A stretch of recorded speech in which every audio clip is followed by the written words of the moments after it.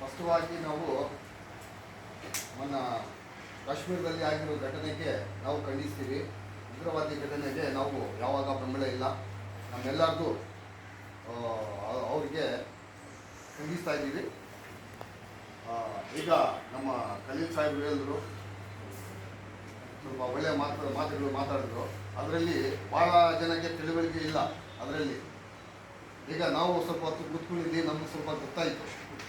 ಇನ್ನೊಂದು ನಾವು ಈಗ ಹೇಳೋದೇನೆಂದರೆ, ನಾವು ಏನು ಕೆಲಸ ಮಾಡ್ತಾ ಇದ್ದೀವಿ ಅದು ಸೀಮಿತವಾಗಿ ನಾವು ಮಾಡಬೇಕಂತ.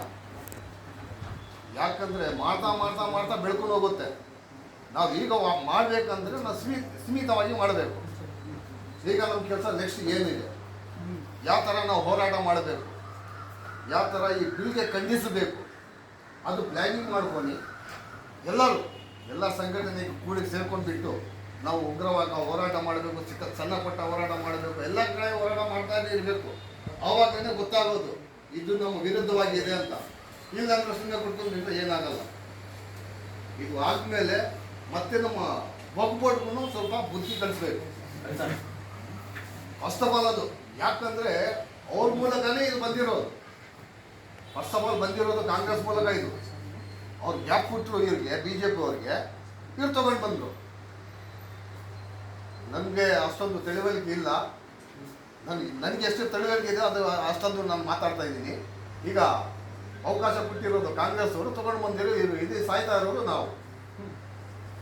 ಅದಕ್ಕೋಸ್ಕರ ಯಾವ ಥರ ನಾವು ಹೋರಾಟ ಮಾಡಬೇಕು, ಯಾವ ಥರ ನಾವು ಇದಕ್ಕೆ ಖಂಡಿಸಬೇಕಂತ ಎಲ್ಲರೂ ಕೂತ್ಕೊಂಡು ಚರ್ಚೆ ಮಾಡಿ ಇನ್ನೊಂದು ನೆಕ್ಸ್ಟ್ ಪ್ರೋಗ್ರಾಮ್ ಮಾಡಿ ಯಾವ ಹೋರಾಟ ಮಾಡಬೇಕು, ಯಾರ ಹತ್ರ ಹೋಗಿ ನಾವು ಏನು ಮಾಡಬೇಕಂತ ಒಂದು ಚರ್ಚೆ ಮಾಡಿ ನೆಕ್ಸ್ಟು ಮೀಟಿಂಗ್ನಲ್ಲಿ ಒಂದು ತೀರ್ಮಾನ ಮಾಡ್ಕೊಳ್ಳೋಣ ಅಂತ ನನ್ನ ಉದ್ದೇಶ.